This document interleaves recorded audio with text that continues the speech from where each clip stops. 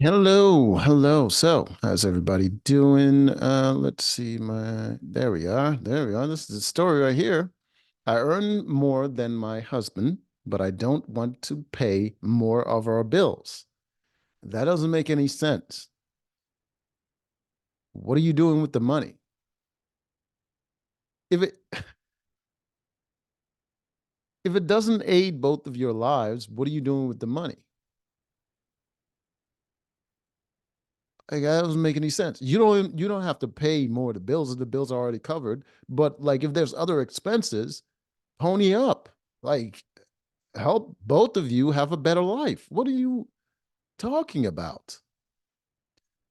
For all of our 5 year marriage, okay, no wonder your marriage only lasted 5 years, plus the several years we lived together before that, my husband and I made roughly the same amount of money and so split household bills and savings 50-50.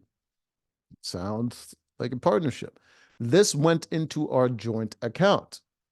Yeah, you probably met at work, both kind of had the same job, and then you realize as well, you like each other, and you're already paying full bills to live by yourselves. Paying 50-50 to live with each other seems good, especially if you're both working. I could understand if one of you was working and the other one was at home with the kids, then it doesn't make sense to be 50-50. But yeah, otherwise, 50-50 is a great deal. This went into a joint account. The remainder went into our personal accounts for personal stuff, which included clothes, toiletries, trips we took separately, etc. This worked just dandy. Yeah. I went back to school during the pandemic and will graduate this spring into a much higher paying but very demanding field. Hmm. So when you went back to school, that meant your income went down, right? And he was making more at that time. But we've lightly, but not. It's interesting. She skipped over a lot of details there. We've lightly, but not definitely discussed changing the split of joint bills to be proportional to income. In theory, this sounded fair, but as we get close, it sounded fair until you were the one that had to pay more. I get it. You don't have to justify your selfishness. It's fine. It's understandable. In theory, it just sounded fair, but we get closer. I find myself feeling a little bit resentful about the idea. Yep. Yes, I will be making more money, but I will be and have been working my ass off for it. Yeah, that's how works. That's why they pay you. It doesn't feel fair to be paying 75% of something I still only use 50% of. No, you use 100% of it. And how high is your your bills that 75% is gonna like is gonna break your like that doesn't make any sense, man.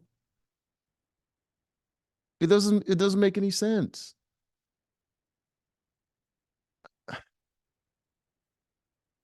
If that, my husband works from home, is self-employed and watches a lot more TV than I do.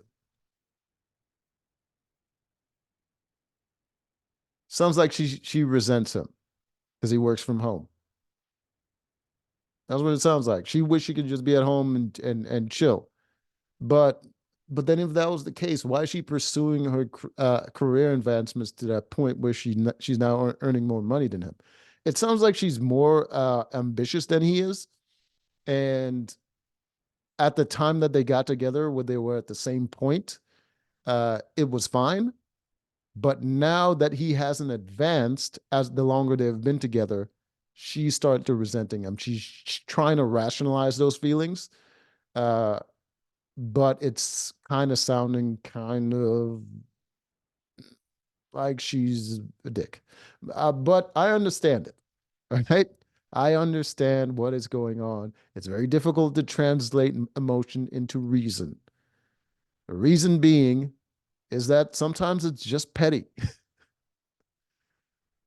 Most of the time, it's actually just petty. But hey, you're going to feel how you're going to feel.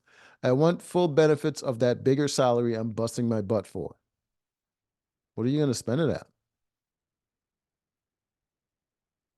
Like you could have a conversation with him and be like, I'm making so much more money, but I want to kind of spend it on something that I really like and I want to be able to enjoy it because like you're at home and I'm at work and I'm really like stressed out. I want to spend more of that money on a vacation or whatever. You could have that conversation with him. That would be reasonable. You don't have to be a jealous idiot in your own relationship, resenting your partner. You can actually just talk through stuff with them. Like even if it's a negative feeling about them, if you know your partner, you guys are in this together, you can express that to that person and you can discuss it. like or or you've cultivated an image that it's not yourself to your partner and you don't want to admit the truth because it would put you on the back foot.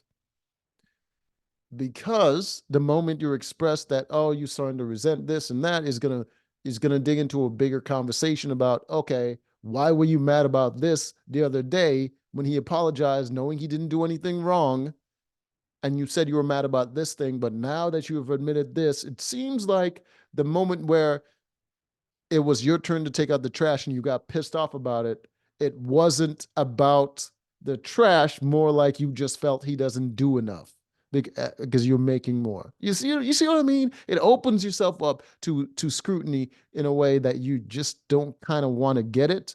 And that's why people start to, do this shit where they don't really talk to their partner because they kind of know that they're not in the right. I've gone on. I don't want to. Okay, I want the full benefits. I haven't gone on a girls' trip in 3 years. I haven't bought a new purse. I've deferred car maintenance. How expensive are these purses? Why are you deferring car maintenance? I stopped getting manicures and massages. I want all those things back, and it's not just luxuries. If you had those things before, when you two were making the same amount, what would cause you to lose those things now that you're making more?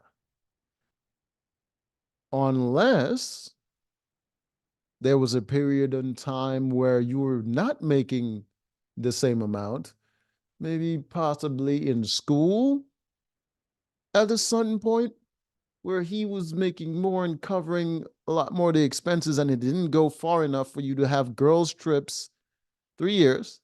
That's about the kind of time you would be in school and buying purses and getting your car maintained and getting manicures and massages. It sounds kind of like he covered you for a little bit while you were in school. And now that you're making more, your ungrateful self trying to make up bogus reasons as to why you want to be selfish. It doesn't sound like you're a partner. It sounds like you're a user. You were using him when it was convenient, but the moment when it comes your turn to kind of return the favor, you don't want to do it. Right. I want all those things, blah, blah, blah, blah. I want to pay off my credit card in full and pay off student loans and max out my 401k. Paying this much bigger chunk of the joint bills takes a big bite out of my ability to do those things, but it also doesn't seem fair to split things 50-50 when I make much more. Would it be fair if he made much more?